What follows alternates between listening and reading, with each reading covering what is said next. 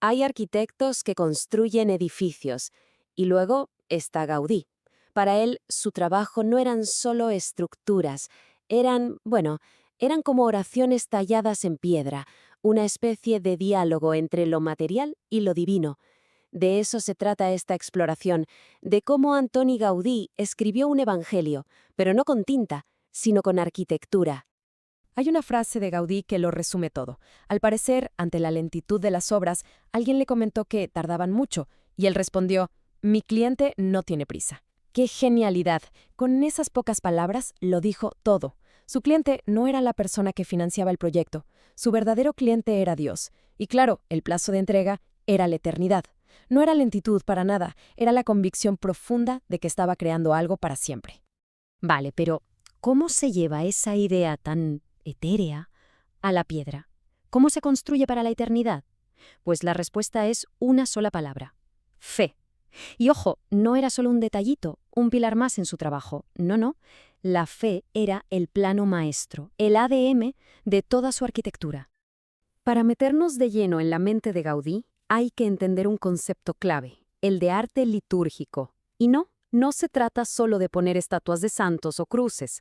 Para él era algo mucho más profundo. La arquitectura en sí misma era un acto de adoración. O sea, cada columna, cada ventanal, cada arco, todo, absolutamente todo, tenía un propósito. Sí, sujetar el edificio, claro, pero sobre todo glorificar a Dios. Y quizá lo más importante, ayudar a quien entrara a sentir esa conexión con algo más grande. Claro, esta forma de pensar no le salió de la nada. Gaudí era un hombre de su tiempo. Estaba totalmente inmerso en el fervor religioso que hubo después del Concilio Vaticano I.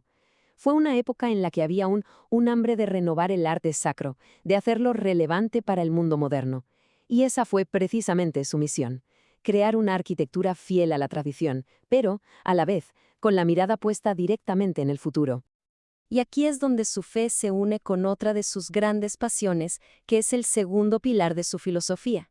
Y es que Gaudí estaba convencido de algo. Si se quiere entender el lenguaje de Dios, si se quiere leer su obra, solo hay que abrir los ojos y mirar la naturaleza. Esto lo explica todo, de verdad. Para Gaudí, la cosa era simple.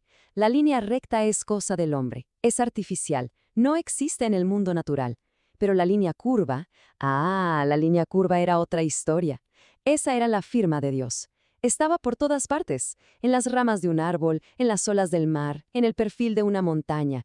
Para él, la curva era literalmente la caligrafía de la creación.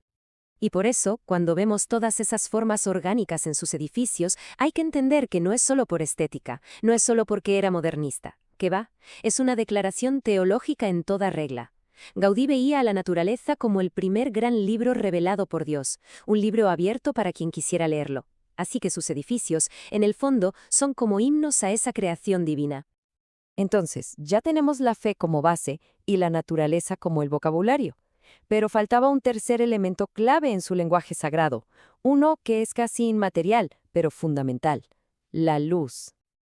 A ver, para Gaudí, la luz no era simplemente para poder ver, para nada. Era como un cincel, una herramienta para esculpir el espacio, para crear ambientes casi místicos. Él era un maestro en manipular la luz natural.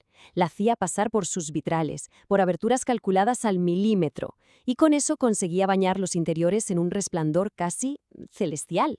Su objetivo era muy claro: usar la luz para transformar un simple edificio en un espacio sagrado, un lugar que elevara al espíritu. Y por supuesto, todos estos elementos, la fe, la naturaleza, la luz, se unen y alcanzan su máxima expresión en su obra cumbre, el proyecto de su vida, que iría mucho más allá de su propia vida, la Sagrada Familia. Gaudí no diseñó un edificio para ser visitado, diseñó una experiencia, casi una peregrinación. Es increíble. Al entrar, se siente como si se estuviera en un bosque sagrado. Las columnas no son columnas, son árboles gigantes que se ramifican hacia el techo. Luego, inunda la luz de los vitrales, una explosión de color que crea una atmósfera que parece de otro mundo.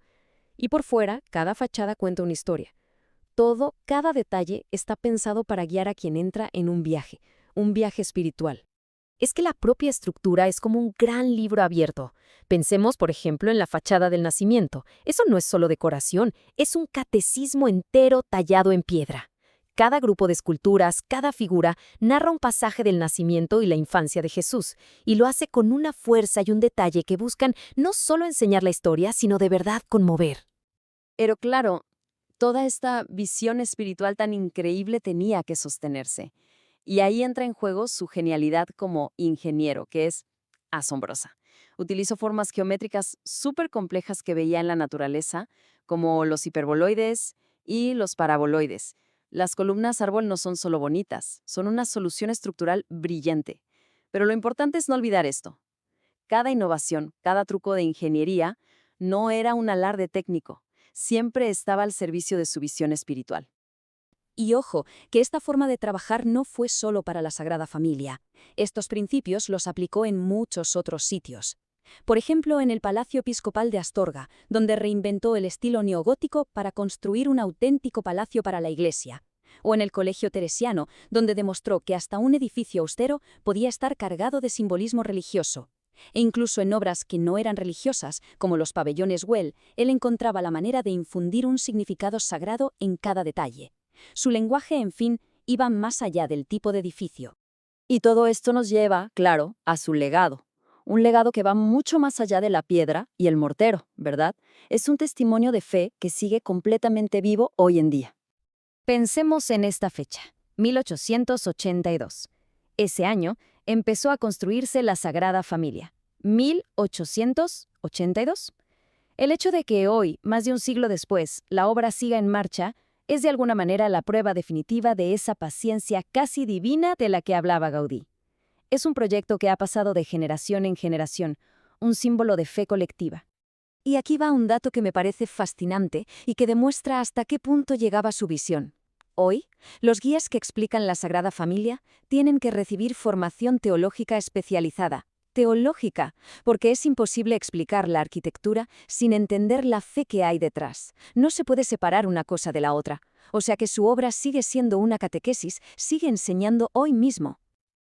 Así que, para terminar, queda una pregunta en el aire, una que creo que lo resume todo. ¿Puede la arquitectura ser una forma de oración? Bueno, pues si miramos la obra de Gaudí, la respuesta parece ser un sí rotundo. Un edificio puede ser una plegaria, un diálogo silencioso, permanente, con lo divino, esculpido en piedra para que generaciones después cualquiera pueda verlo y, sobre todo, sentirlo.